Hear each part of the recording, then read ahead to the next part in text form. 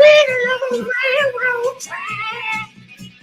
Thunder, and I frowned, and I knew there was no turning back. Thunder, when I realized, and I thought, what could I do? Thunder, and I knew there was no help from you. Thunder, sound of the drums, beating my heart. Chris Pronger. The ultimate warm-up song right there. I was like, what would have been a song that Chris would have warmed up to before his games? And I'm like, Thunderstruck. Oh, for sure. That was that led me from a number of stops. That song. It's still a staple, I think, at a lot of the rinks. Man, you know, you can't go wrong with little AC/DC. Guys, welcome to the Greatness Machine. I'm your host, Darius Mirshahzadeh, and my gosh, do we have a guest? My main man, NHL Hall of Famer, my brother from another mother, Chris Pronger's in the house. Darius, how are you? Oh, man, dude, one of the reasons I like to sing before the show is I get a massive endorphin rush, knowing that I'm getting after it with a good friend of mine. So, man, little blood flow. I love it. Dude, brother, I'm so glad to have you here. Thank you for coming to the show. Thanks for having me. So, guys, for those of you guys that are new to the Greatness Machine, we're about two things: people who are living their passions and those who have created greatness in the world. And my man Chris Pronger has done a lot of both of those. So I'm so excited to chop it up with you and to really talk about, like, how did you create all this greatness? How did you do all the things you did? But do you mind if I start by a little bit of our origin story? Let's do it. All right. So Chris and I we're in a investment group together called Tiger 21.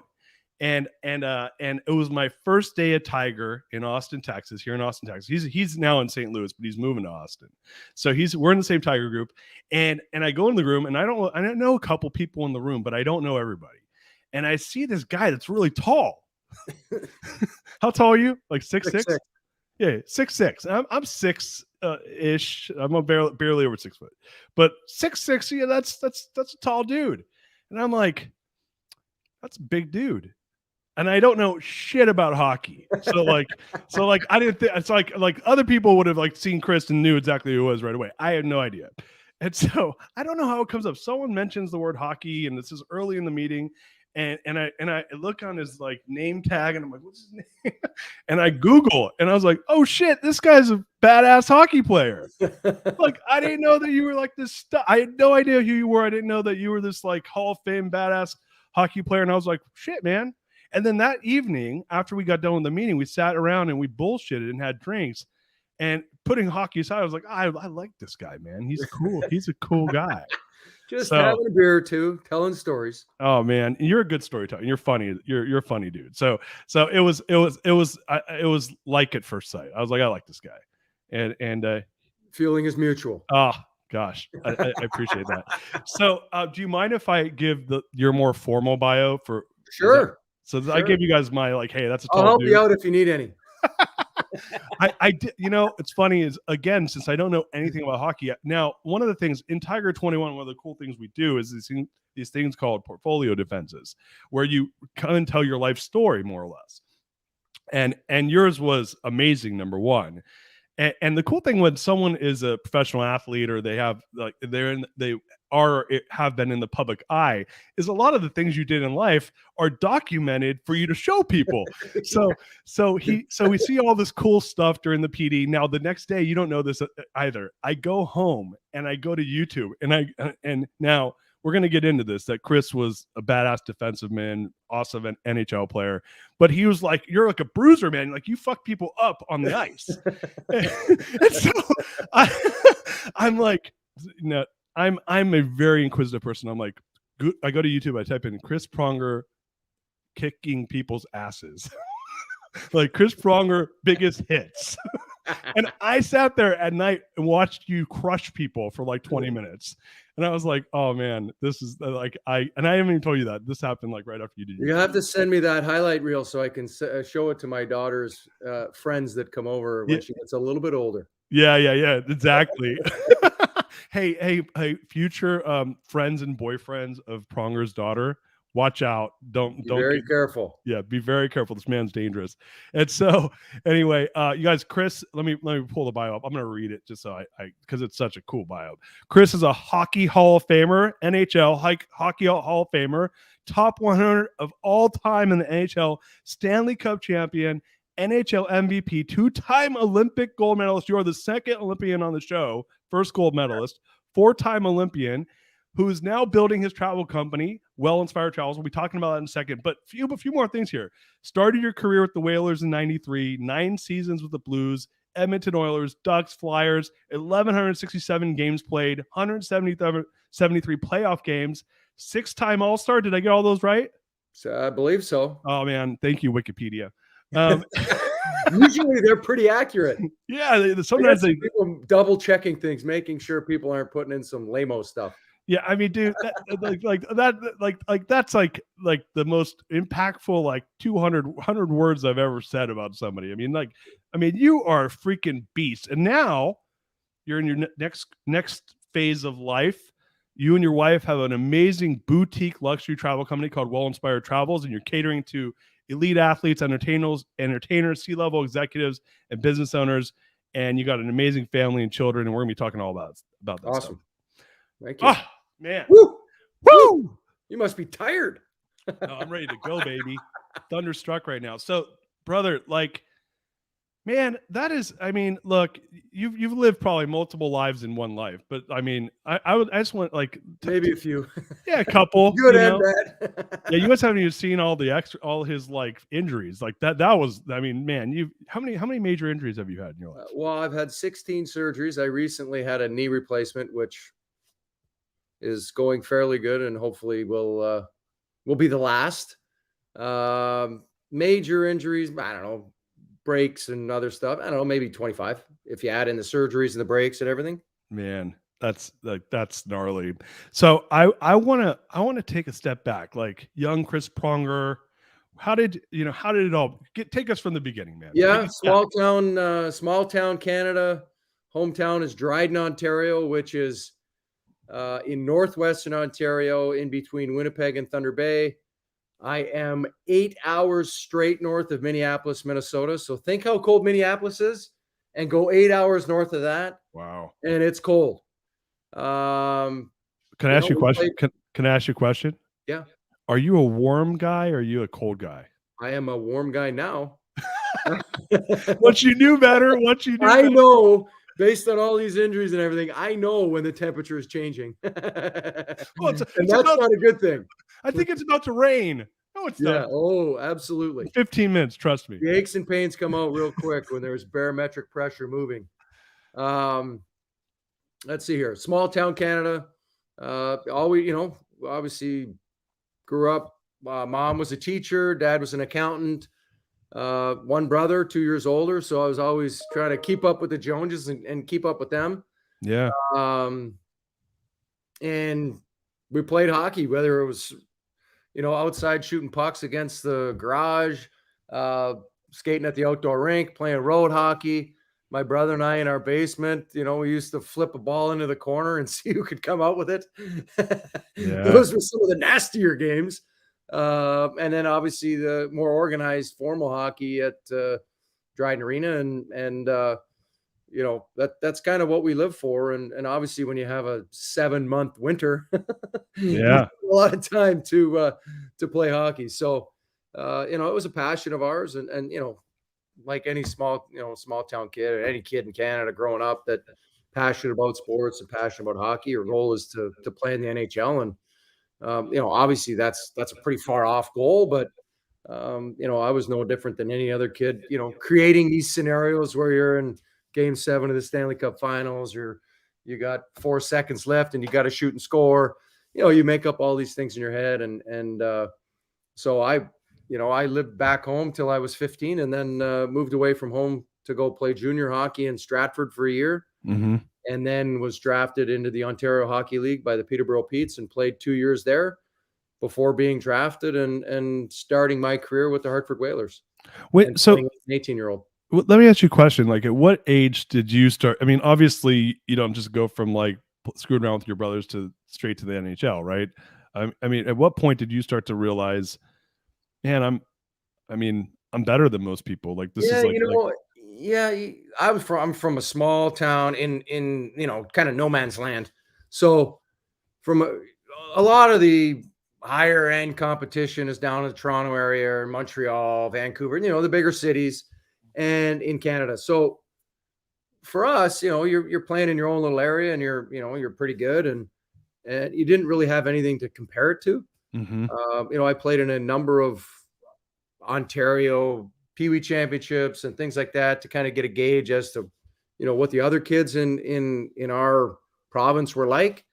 I really didn't think much of it until I got to Peterborough and started playing against kids that were drafted in the first round, that were big name prospects, that were legitimate NHL players and things of that nature. So once I started comparing myself against them, I was like, oh, I'm not that far off. Like I'm as good as this guy, and he's a first round pick, and I'm as good as, and you kind of see how they play the game, and you see the level of competition, and I was kind of getting better and better and better, and obviously growing, and was going up, but not necessarily out. Right. I was a tall, skinny kid. So, but I always played the same way from the time I was really young till I was done playing. I hard nosed, leave it all on the ice. Offensively, defensively, play a finesse game, play a physical game, whatever the game dictated at that moment. Or if you wanted to kind of change the way the game was being played, you could kind of impose your will on it that way. So for me, people are always like, well, why do you play like that? How do you, it's the only way I know how to play the game is 100% physical, aggressive. If I did not play that way, I tried it for a couple games when, a couple, I don't know if it was ownership or management said, maybe tone it down a notch. And I was not very good, frankly. I need to play with that intensity and that passion. And, I need to be in people's faces. I need to keep people leery and kind of on edge to really kind of create holes and open up spaces and things for my teammates. So going back to when you're younger, was there anyone obviously you to play at that level with that, and to go into, I guess that's the minor leagues. Is that essentially when you first realized? In junior? Well, it's below that. I mean, it's quasi, but it's still, you're not drafted yet. You're not, there are drafted players playing there. Got it. Okay. And therefore, in the NCAA's eyes, it's professional because there are drafted players and players that can be under contract. So in their eyes, it's considered professional, but it's not.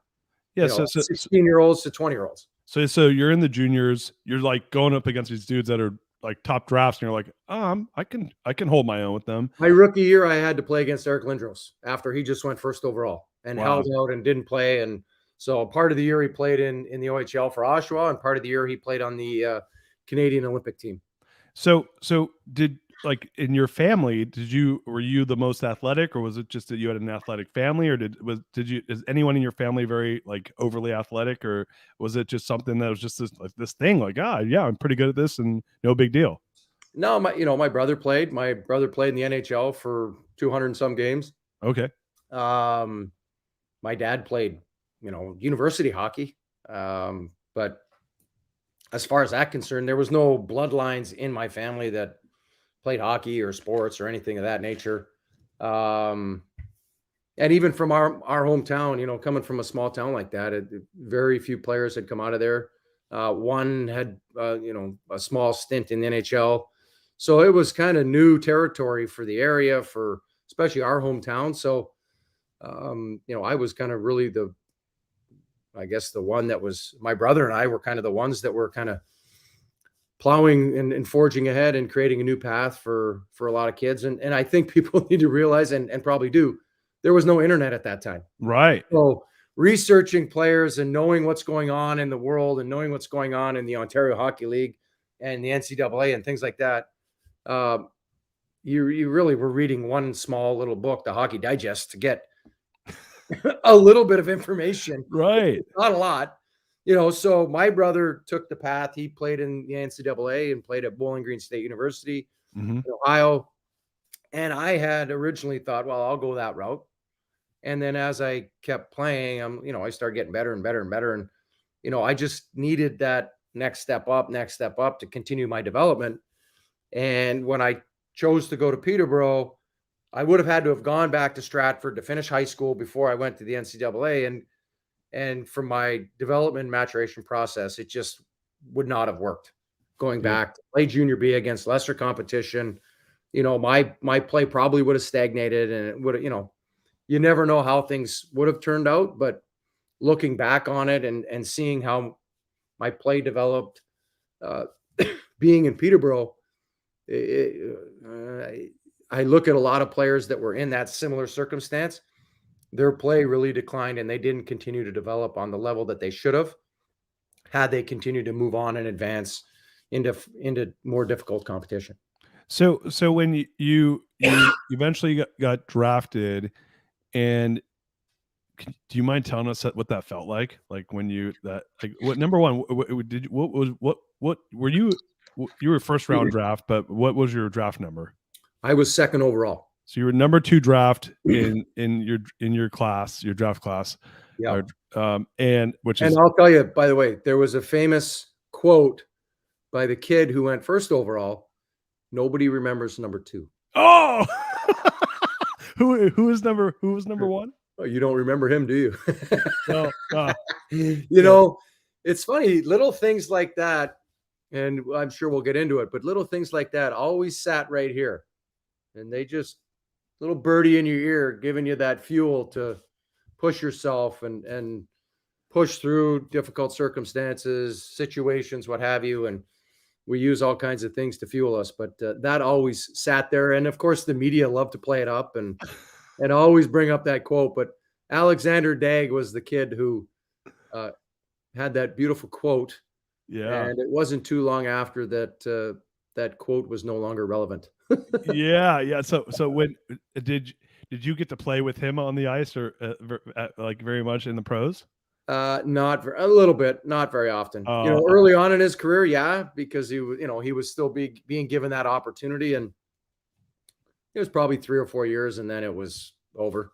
He bounced around and why would someone say something like that? Like, what is the point? He was young, didn't have great English at the time. And you know what?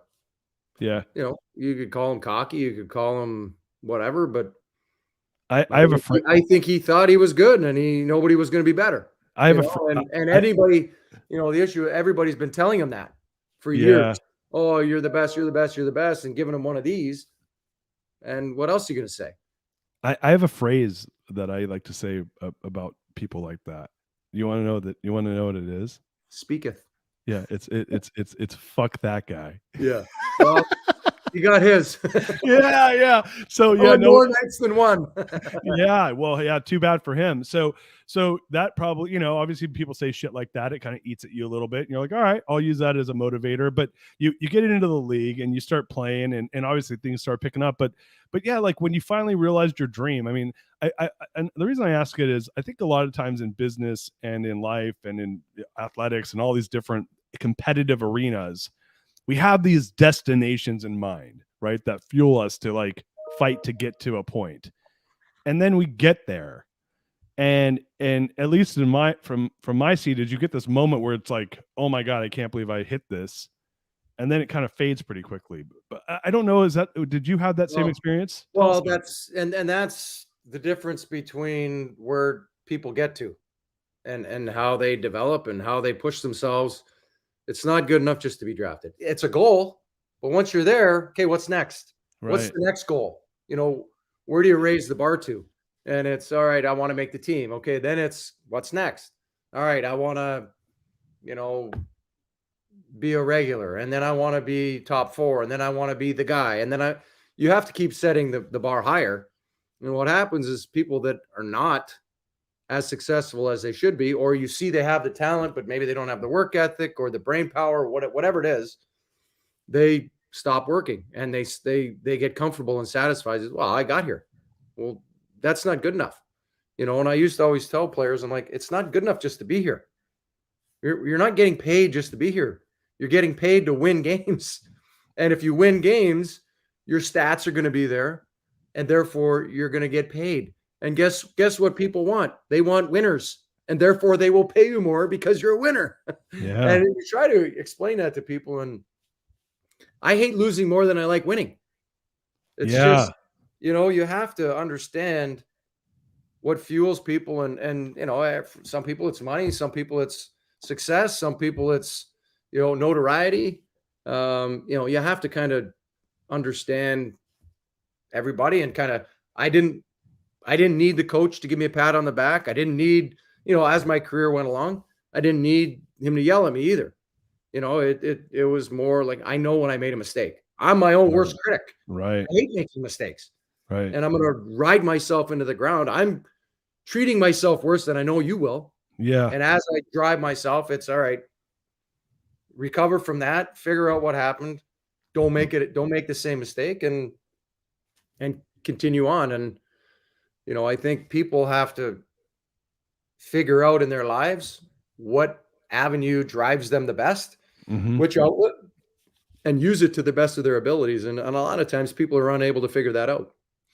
So going back to yourself, like, you made the league, and then, obviously the bar kept getting raised. What, like, for yourself, like when you started approaching that, obviously there was a massive competitive spirit. There's no question about that. But like, what do you think? I mean, I got to assume there's tons of guys in the league with a massive competitive spirit that don't have the stats you have, that don't have the accolades you have. What do you think, if you were looking back retrospectively now and saying, okay, I did something that almost nobody's done, right? Like, how many people have played in NHL in the time frame that you played? Thousands, I'm guessing. Couple thousand, yeah. Yeah. And how many? More than that, probably, yeah. Yeah, you're top 100 of all time in the NHL. Yeah, well, I guess there's probably been, over that time period, 10,000. Yeah, so like the best of the best is really what it comes down to. What do you think? What was it outside of natural ability? Obviously, some natural skill was to play in there, but if you put that aside, because there's plenty of people with great natural skill that don't do what you did, what was it that made you be able to create that greatness for yourself? Well, I think part of it was I was a hockey junkie early on in my childhood. I mean, I studied practice books. I studied the game and watching games. I didn't just watch it and kind of tune out. I was watching players. I was watching how they moved on the ice, what they did, why they did it, how they did it, cataloging it and storing it in my mind as to, okay. And then when you're going through all these drills and understanding what purpose are those drills for? What are you learning from these drills? Why do you do them? Angling and passing and all these different things. I was just able to pick up on habits of players. I studied the game. I studied my competition.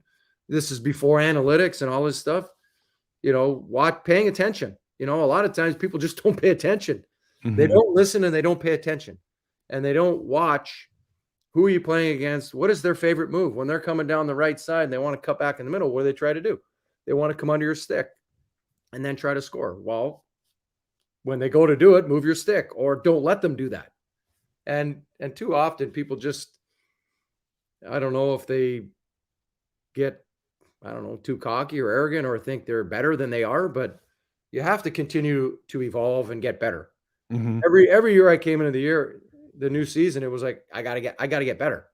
If you're not getting better, you're going backwards because everybody else is getting better. Right. You have to continually evolve. And, whether it was skating or whether it was passing or shooting or physical play, my strength, all these different aspects of the game, you don't just work on your strengths, you work on your weaknesses. And yeah, you hone your strengths and continue to make them your strengths, but you also improve your weaknesses so that bar gets raised even higher.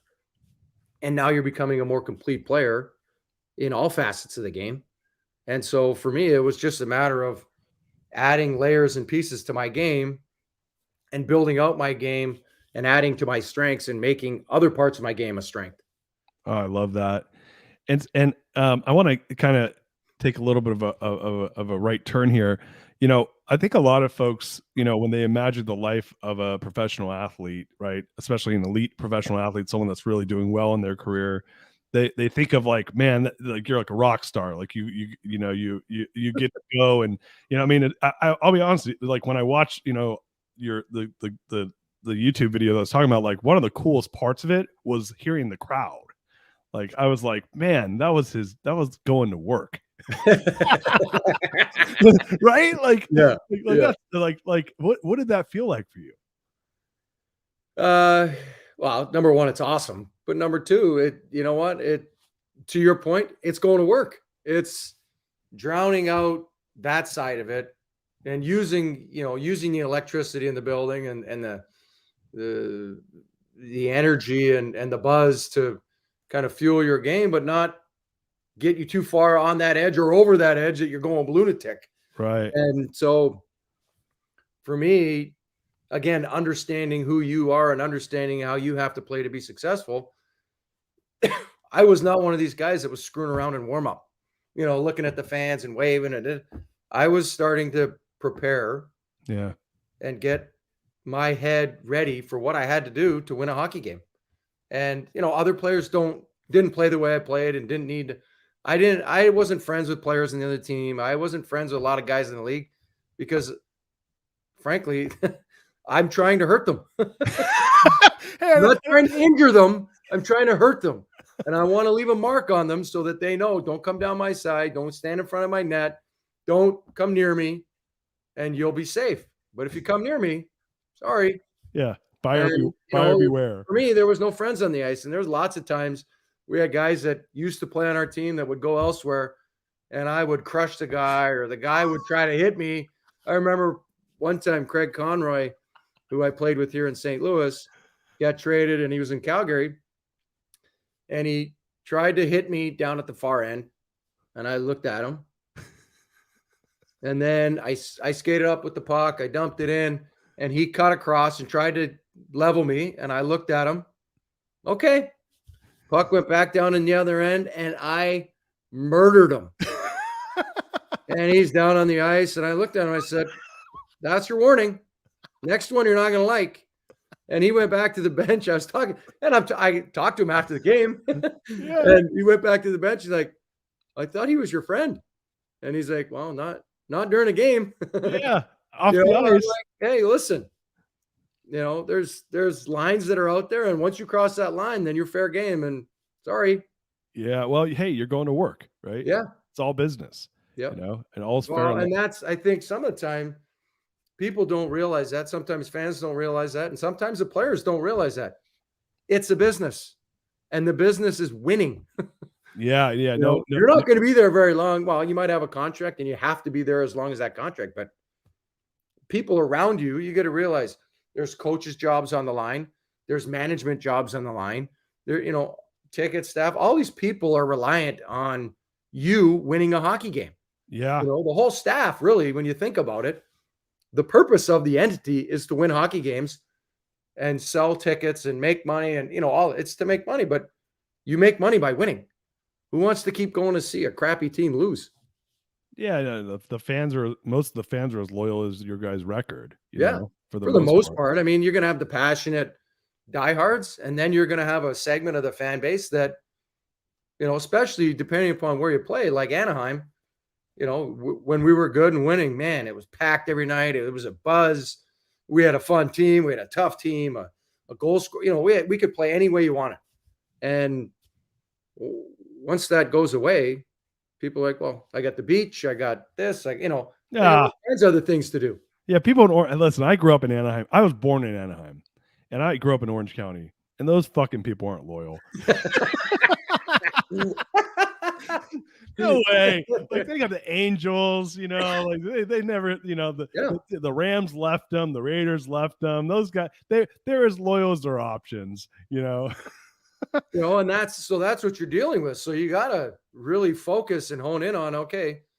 And it's hard to get young kids to figure out early on, like I was thrown into the fire early in Hartford, a struggling franchise, a struggling team. Really good leadership. I had amazing mentor in Brad McCrimmon, who they had traded from or acquired from Detroit to mentor me. And he was awesome. I roomed with him. I was 18. He was 36. Yeah. I'm sure the last thing he wanted to do was room with a snot-nosed little 18-year-old No. looking around going, where am I? And, but I went, to dinner with him every night, and it was just talking about the game, the league, how to be a pro, how to handle yourself. And, of course, as a young kid, you're like, yeah. But it's crazy to think I saw him. We actually played Detroit, where he was then coaching when I played my 1,000th game. So he saw game number 1 as my partner. Yeah. And roommate. And then he saw game 1,000 as a coach for the other team. And he's like, so what do you think about all that stuff that I told you when you were 18? And now I was 30. What was it? I don't know, 33 or 32, whatever I was when I played my 1,000th game. And he's like, what do you think? Everything that he told me, bang on. Wow. And then, but as a young kid, every kid's the same. You got experience on your own. You're going to take little tidbits and you're going to understand and realize what that meant. But you've got to make your own mistakes. You've got to kind of break through the complacency and the issues that may or may not plague you and kind of move on from there. But, it was awesome that he was able to be there because he was such a big part of my early career. What was the best piece of advice he gave you? I already had it to a certain degree, but be unpredictable. He's like, listen, kid, fight him, stick him, spear him, slash him, punch him in the face. If you don't, I didn't know what I was going to do half the time anyways, but, so if it was somebody's coming at you, spear him once. Somebody's coming near you, punch him in the face. Somebody's coming near you, just turn and skate away. If they don't, always keep them thinking.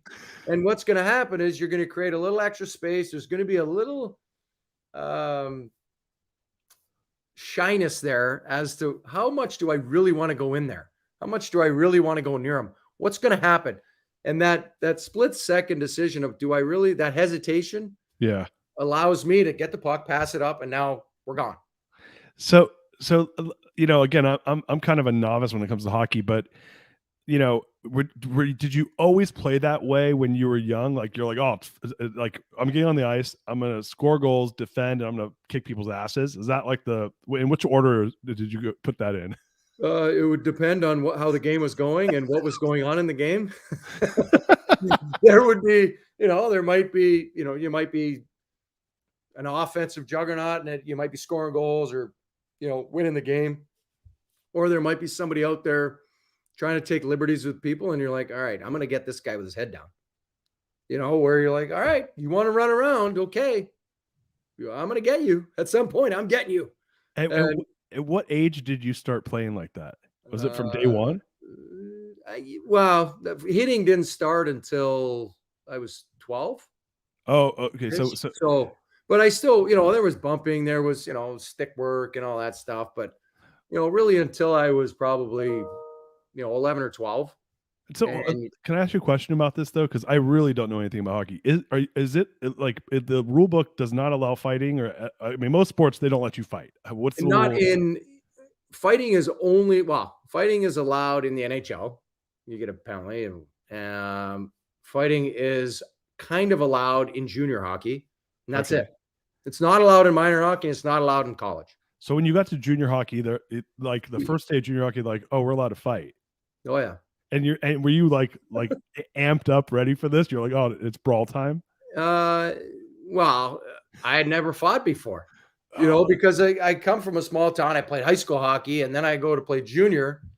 And you got to remember, I had a full cage on. Yeah. Everybody played in full cages in junior B. It wasn't until I got to junior A in the Ontario Hockey League where you had the half shield.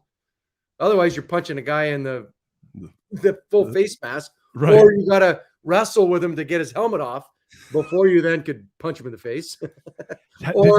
or it was a mutual thing. You're like, all right, let's take our helmets off and let's fight. So I mean, obviously you had a pretty, historically, and, even as a Hall of Famer, have a reputation as to being kind of a brawler, right? And like a guy that that's part of that was part of your strategy, it sounds like. I didn't fight a ton. I fought a little bit. And really, I was playing 30 plus minutes a night. The last thing I needed to do was, when I was playing against the top players, a lot of the fighters are playing on the fourth line. A lot of I never played against them. And number two, I'm like, why am I going to fight this guy? He's going to get 3 minutes today. So it was more about just like less. Well, a little bit of common sense and a little bit about, all right, like, what good is this going to do for me? Right. Yeah. If I need to do it to protect a teammate, yes. If I need to do it to protect myself, yes. But outside of that, I'm not going to waste my time or effort fighting this guy if it doesn't serve my team a purpose and it doesn't help our team win a hockey game. At the end of the day, it was about winning. I was just always focused and always kind of game planning for how are we going to win this game. So going forward, you obviously have some amazing accolades in the league. I mean, some amazing moments. If you were to say what are your top one or two biggest moments of your career, and you're in a business that that there you have those moments when you get to have a career like you had. Like what would you say are the two biggest moments that you can think of? Well, the biggest moment was winning the Stanley Cup. It's something that you dream of your whole life. Especially growing up when I was growing up playing hockey, the Olympics were not really an option. Pros weren't allowed to play. Right. So I didn't grow up thinking, oh my God, I won an Olympic gold medal. I always grew up, I'm carrying a Stanley Cup around and, hooting and hollering and doing all that. And the year we won in Anaheim, I had played in the finals the year before and lost in Game 7 with Edmonton. Yeah. So there was that bitter taste in your mouth. You lost a tough Game 7. And now you get another chance to play and win the Stanley Cup with a team that we had beat the year before when I was in Edmonton. So you know how good the team is. You know the style they play. Yeah. And so, it was an interesting group, but only Scott Niedermayer on the team had won a Stanley Cup. A few of us had been to the finals, but when you have that many players that are that focused and that diligent about the goal was to win a Stanley Cup. That's it. Plain and simple. There was nobody that was kind of floating around going, I'm just happy to be here. I'm just doing, everybody knew this is the goal. We believe we can do it. And now it's up to us to go out and show it. And each and every night we played, it was like, all right, it's to serve a purpose. A, it's to win, but B, it's to serve a purpose to get closer to winning a Stanley Cup. So talking about that team and how many seasons had you been playing at that point in the league? I had been playing 14. So you're 14 seasons in, you played on all these teams. Did you notice a difference on that team, right when you got there as opposed to the previous teams? Was there anything that stood out to you as a difference? I would say the focus, and I would say the hunger from the veterans to the young guys, knowing the type of team they had. They had lost in the conference finals to Edmonton that I was on the year before. And knowing, Brian Burke was the GM. He did a good job of explaining to the players, this team is together now to win. We don't know when this team is, how long it's going to be together, all that kind of stuff. Very open and honest with the players, kind of guiding them and steering them and allowing them the ability to kind of take the reins a little bit and be their own makers. And then Randy Carlisle was the coach, and he was a no nonsense, very straightforward. And for our team, it was the perfect setup because we had an older team, a lot of veteran leaders. You had myself, you had Sean O'Donnell, you had Teemu Selanne, Scott Niedermayer, a lot of guys that had been in the league 10 plus years, Todd Marchant, Jaguar, goalie. So, we had a really good mix of core veterans that were a big part of our team. Mm-hmm. And we had a lot of good, young, up and coming, energized, in the dog days of the season when the vets are getting maybe a little tired, that's when you look at the young guys to kind of pick up the slack and kind of energize the group and get us going in any given game. So, for us, it was a really good mixture. And I think, again, as I said before, when you have a team that can play multiple styles, Mm-hmm. play a tough, hard-nosed physical game, play a 1-0 defensive grind, a 6-5, offensive battle. We could play in any of those games, and we could win any of those games. So it was just a matter of us figuring out and us kind of looking at the other team and saying, okay, how are we going to play tonight? So like what I just heard you say is a combination of like a lot of autonomy. People had the autonomy to like do their best work, and a lot of leadership. Yep. I mean, And all within and all within a system that gave you some room. There was structure in place, but there was room to think outside the line, so to speak. Defensively, we were structured. Offensively, it was be creative, do what you do, go score goals, knowing that this is how we play back here. And so that's obviously an amazing moment. Like coming off that moment, you're 14 seasons into the league. How did you start thinking of your career? Like where, like at that point, it's like, okay, I've done a lot. And you're like, all right, I'm just see how much more I can do. Like, how did you kind of approach your career? Well, at that point, that was pretty much the only thing left. And you're kind of looking at it going, okay, you don't want to be that guy who's 40 years old going, okay, I need to win a cup, and you're bouncing around doing all this stuff. People look at you differently when you've won, which is crazy to a certain degree because it has a lot to do with luck. It has a lot to do with circumstance, teams, whatever. When I look back on that team, there's probably 15, 12, 15 players that had career years. Yeah. How many teams can say that? But that's just, the way it worked. Everybody was in that specific point in inflection in their careers where they were ready to take that next step, wherever they were on the pendulum for their role was with the team. And everybody knew their role, which was another nice thing. Everybody was okay with their role. Everybody liked their role. And if they didn't like their role, then they traded them and moved them for something else and somebody else who was okay with their role. Yeah. So there was less strife in the room, less bitching about ice time, less bitching about this and that. It was more about I'm excited to be here. I love the team. I love my teammates. I want to go win. I want to do whatever I can to help this team win. Yeah. I love everybody going in the same direction. Yeah. Everybody with the same mindset. Everybody understanding and believing. And that's the other part. Believing. Everybody genuinely believed we could win. Yeah. It's amazing to hear this, because there's so many, like this is so analogous to winning in every part of life, right? Yeah. Is really getting people to row in the same direction, have alignment, remove the friction, good leadership, people knowing their role. You're describing any winning organization right now, right? And it's just so cool that you got to express that in a way that created, a pinnacle in one of the toughest sports in the world. So it's just so cool to hear, man. I want to kind of, head into the new business, but before we go there, because this is the newest chapter in your life, when you had won the Stanley Cup and you have a few more years left in the NHL, how did that feel when you're like, man, like to be at that part of your career where you're like seeing an end in sight, and you're young, you were in your early mid 30s, right? Knowing that time is coming to end. How did that feel for you? Yeah, when we had won, I'm thinking back now, I think I was 32. So, at that point, I thought I had a long runway still. Guys were playing. I wanted to try to play till I was 40. Right. There was still a longer runway for me anyways, that I thought. Right. And so I was like, all right, well, now we know what it takes. Let's go get the second one. Let's get on this.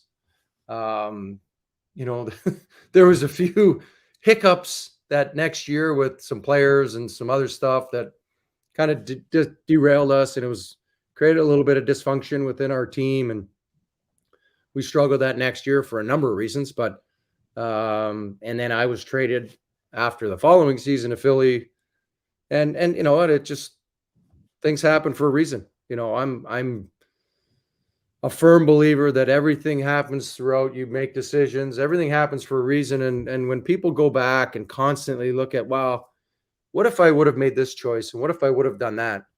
It serves zero purpose. Yeah. Because if you go back and change that, everything else could be changed. And all the success, all the wins, all of that stuff can be changed just like that. And so, we talk about throughout my career, there was always decisions. Should I leave home at 15? Should I play NCAA hockey versus junior? Should I turn pro? Should I, ask for a trade? Should I sign a new contract? Should I, there's all these decisions that have to be made, and all these things that go on throughout the course of your life and your career. And you go back and go, well, if I change the one decision to play NCAA, I then have to change the decision to go back and not play junior A and play junior B again. And how does that affect my development? And how does that affect my maturation process and my development personally? Right. So there's a lot of relevant and irrelevant things that can happen that you really struggle with. And people that are either at a crossroads in their life, or they're, having a midlife crisis or whatever, they always want to go back and make a different decision. And you're like, you got to look that way. Yeah. So there's nothing back there for you. Yeah. I love that. The only thing back there are life lessons and learning lessons. Yeah. Everything else is that way. Yeah. So there's like an analogy. It's like, there's a reason why the front windshield's big and the rear view mirror is small, right? That's exactly it. Right. Yeah. Yeah. I love that. So,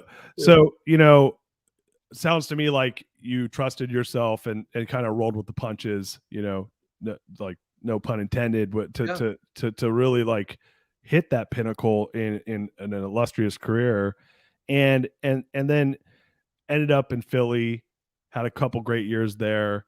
And then, how did it feel when you were finally said, like, I'm done? Like, what did that feel like for you? Because I got injured. I got a stick in the eye. I had a bad concussion, eye injury, and that was kind of the end of it.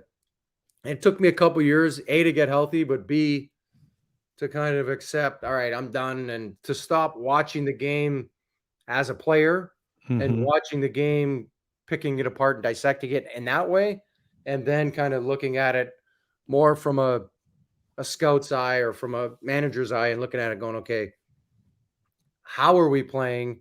How can we fix it? What types of players can you add?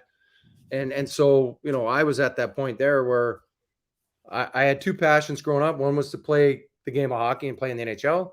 Right. The second one was to either be a manager or president of a hockey team or own my own business. And at that point, I decided to work on trying to be a president GM of a team, and, spent 6-7 years kind of plying my trade and kind of learning and understanding the business side of the game, and, really kind of digging in deep on the financials, the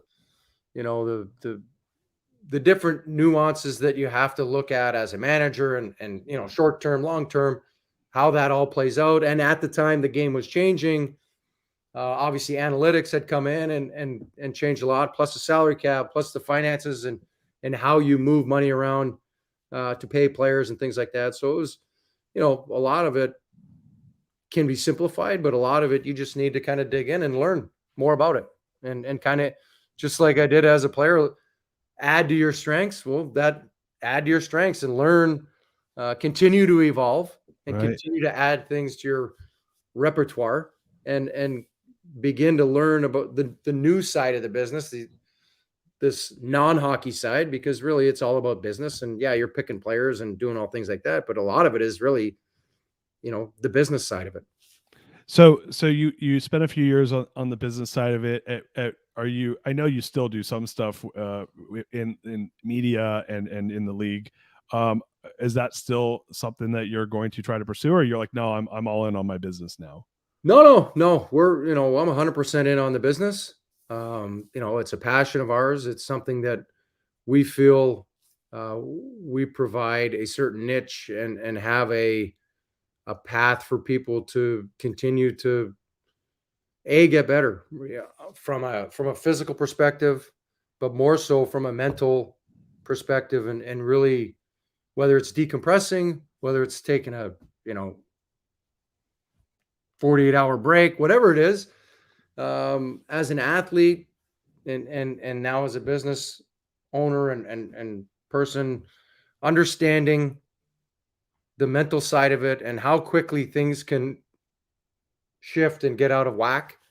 You have to be more cognizant to the mind, body, spirit, and really, for me, when I got hurt in Philly, I spent part of those 2 years traveling and trying to get healthy, both physically, but more mentally, and kind of getting past. All right, I was already transitioning, probably halfway through my career, I was already transitioning out of there's Chris, the hockey player, to there's Chris Pronger.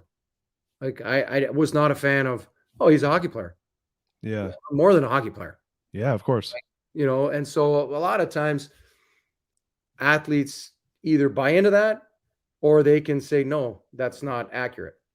And early on, yeah, you're going to get the fame and the notoriety because you're Joe Blow basketball player or you're a Joe Blow baseball player or what have you. But at some point, you're no longer that person. Right. You're no longer in the limelight. You're no longer the guy on the pedestal. You're some old retired guy.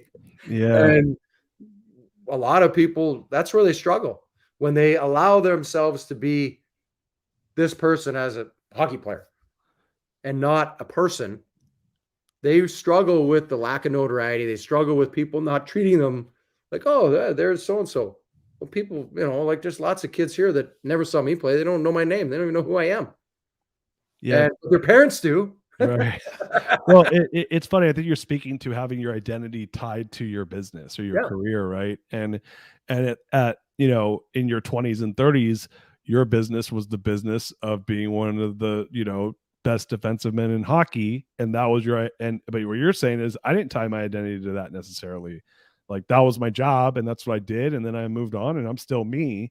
But I didn't. But my worth is not tied to the fact that I'm playing the game and getting cheers from the audience or people asking for the autograph. It's just tied to that. That was, you were respecting the job you were doing. Am I understanding and also surrounding yourself with people that again, I didn't like having name droppers and back patters and the entourage of people around you. You got to surround yourself with mentors and good people that are going to help guide you in those tough, difficult times in your life. When I got hurt in Philly, I called 2 people, and both of them the next day flew to Philly and sat down and talked and walked me through kind of their experiences with retirement, walked me through, the next steps, the next phases. Probably the best advice I was given was don't do anything your first year. Yeah. You're going to be healing. You're going to be doing all this. You're done. People are going to be throwing charities at you and all these different deals and all this. Don't do anything because you're going to want to rush into doing something because you're bored and you want to just do something. And it's not going to be a passion project. It's not going to be something that's of real value and tangible to what you want your next phase to be. And, it's amazing to look back and go, okay, think about all the different things that were put in front of me and presented to me. And I don't know if any of those are around today. Yeah. Outside of some of the, charitable endeavors and things like that. Outside of that stuff, which everybody has their own charities that are near and dear to them and things like that. And, but you have to pick what you're passionate about so that you're invested in it and you want to help and you want to do good. Yeah. I love that. There's a book I'm reading right now called Ikigai. And that's where like your passions, your talents, and what people will pay you for all come together. It's it's pretty cool. It's by Hector. I'll send you the book. Yeah, please do. It's really cool. Yeah, it's a very short read too. But you're talking about Ikigai, man. So let's talk about Well Inspired Travels. We got about 5 more minutes and we got to bounce. But so you started Well Inspired Travels with your wife. I want to hear all about it. Yeah, my wife started it. It was been a passion project for her since she was a kid. Her dad was diagnosed with stage 4 colon cancer and given a 10% chance to live. And with that, he looked at his wife and kids and said he wanted to travel the world. Went over to Europe that first summer, and she got to see him off chemo and full of passion and joy and happiness. And she was like, oh man, travel's amazing. To see him in that light and the way he was. They had a great trip, came back. he was back on chemo radiation, getting pounded, and was a shell of himself. And he all the while was planning the next trip to Asia. And she's a firm believer that he chose Asia because he wanted to marry Eastern medicine and Western medicine, acupuncture, holistic healing methods, transcendental meditation. And then, 40 plus years ago, he's really at the forefront of kind of where we are now with how we merge the two together. When you go to a doctor now, it's chiropractor, it's acupuncture, it's all these things are now, a pretty big part of our medicine now for a lot of us. And so they go over to Asia. He immerses himself in the jungle for 2 to 3 weeks at a time with a medicine man, and they go off and see all the sights and sounds of Asia. And really, he's just fighting for his life, and comes back home 2 months later, gets a call from a doctor. I've got this new radical new surgery. It's going to save your life. Gets the surgery. 2 years later, he's given a clean bill of health and cancer-free, and never had cancer again. Wow. Well, from a 6-7-year-old eyes, she sees, really what travel has done for the mind, body, spirit, and the healing powers of travel, and what they use travel for in their lives and with their family. It really left a mark on her. So they continue to travel and every summer, and got to see the world and all the different cultures and culinary styles and things like that. And so when we got together, she was always I was at the peak of my career. She was always asking me, like, why don't we travel more? And I'm like, well, I spend 2 or 3 months training, preparing for a season, spending all this money on food and trainers and all this stuff. I'm going to go away for a week and eat a bunch of crap and not work out, and it's all gone. Yeah. So she started sourcing properties and talking to chefs and restaurants and trying to figure out how we could make it work, and finding gyms and things like that. The hospitality industry 20 plus years ago was pretty still in its infancy as it relates to fitness and spas and things of that nature. So finding those, and then just through word of mouth, teammates ask, or wives, girlfriends, business associates would ask, hey, where'd you guys go? How'd you find it? I just Lauren tracked it down, and, just that bond, that trust factor, she started helping people out.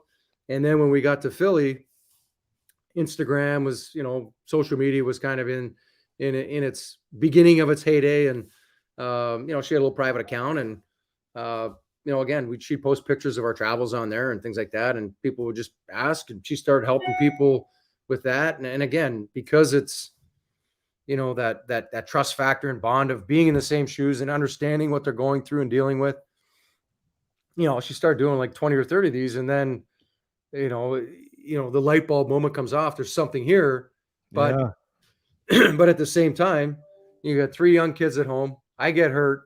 Her mother gets breast cancer, and her dad has a debilitating stroke and is paralyzed at his right side. So from a timing perspective, it certainly wasn't right. And so, probably 4.5 years ago, our oldest starts driving.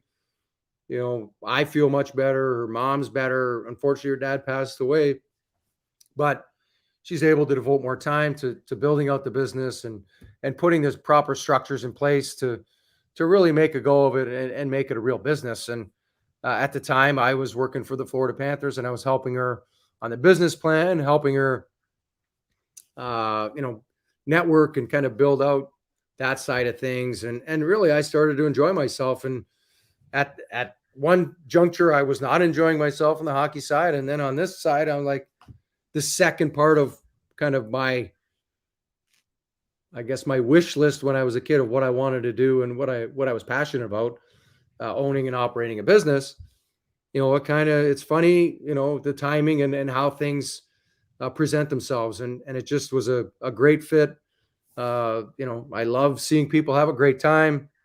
I love seeing people happy. And, from a hospitality perspective, that's what people do. They make people happy. So, from that perspective, it was a great fit. And when you're around people like that are always happy, it brightens up your day. It's fun going to work every day. It's fun working on trips and as my wife likes to call it, travel matchmaking. And finding places that are a great fit for people and seeing them come back and have life altering moments. And whether it's a CEO going away on a staycation and learning a new, sleep technique or a new, yoga pose or whatever it is, to somebody going away on a 2 or 3 week vacation with their family and seeing some amazing destinations and cultures, and really kind of bringing their family together and having,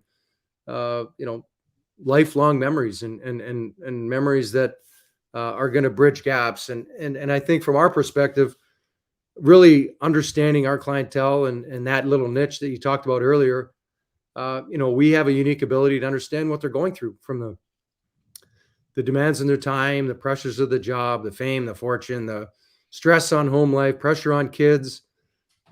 That's where sports and business really come together. It's very similar, especially from a CEO, C-level executive type. It's very demanding and stressful. And for us, it's really about trying to help those people manage their travel experiences and use travel as a way to really help them, whether it's bring their family together, decompress, from a mental health and wellness perspective, to, really just learning more about the world and how vast it is, and kind of asking deeper questions to really get to know our clientele on a much more personal level, so that you're able to provide them with a much higher level of service and a much better travel experience, because you know what's going on in their lives. I tell people all the time, anything you tell me, I guarantee I've been through at least once, if not more. And you're able to kind of really connect with them on that level. So you're able to kind of walk them through what you went through, how travel helped you, different things in that regard, and then kind of piece together what makes sense for their families, what makes sense for them personally. If it's a business leader, whether it's an athlete needing to kind of decompress or, flush your system or what have you. There's all kinds of different scenarios that are always present out there that, we need to just talk to people. And really it's just about, as I went on in my hockey career, it was more about listening and hearing people and understanding what they're saying than it was about the rah speeches, and really get a better feel for what's going on. And if there is an issue, what's the root cause? Yeah. Not what can I do to cover it up? Well, get to the root, get to the issue at hand. Whether is somebody having marital problems? Is somebody having problems with their kids? Is somebody super stressed out at work? Is somebody, what is the root cause and what is causing the issue? And then how can we help alleviate the situation? How can we help manage the situation in a way that's going to help you become the industry of Titan and be a better leader and be a better athlete, father, mother, sister, brother, whatever it is, and really kind of peel back that onion layer to really get to know you on a personal level, to be able to help you get the most value and the most bang in your travel experiences. I love that, man. So I want to go. We could probably do a whole show on this, but unfortunately, we're out of time. So you guys are offering this amazing, concierge level boutique luxury travel services. People can find you guys at wellinspiredtravels.com. Is that the best place to connect? Best place. We're on Instagram. We're on the World Wide Web. So I will tell you this, man.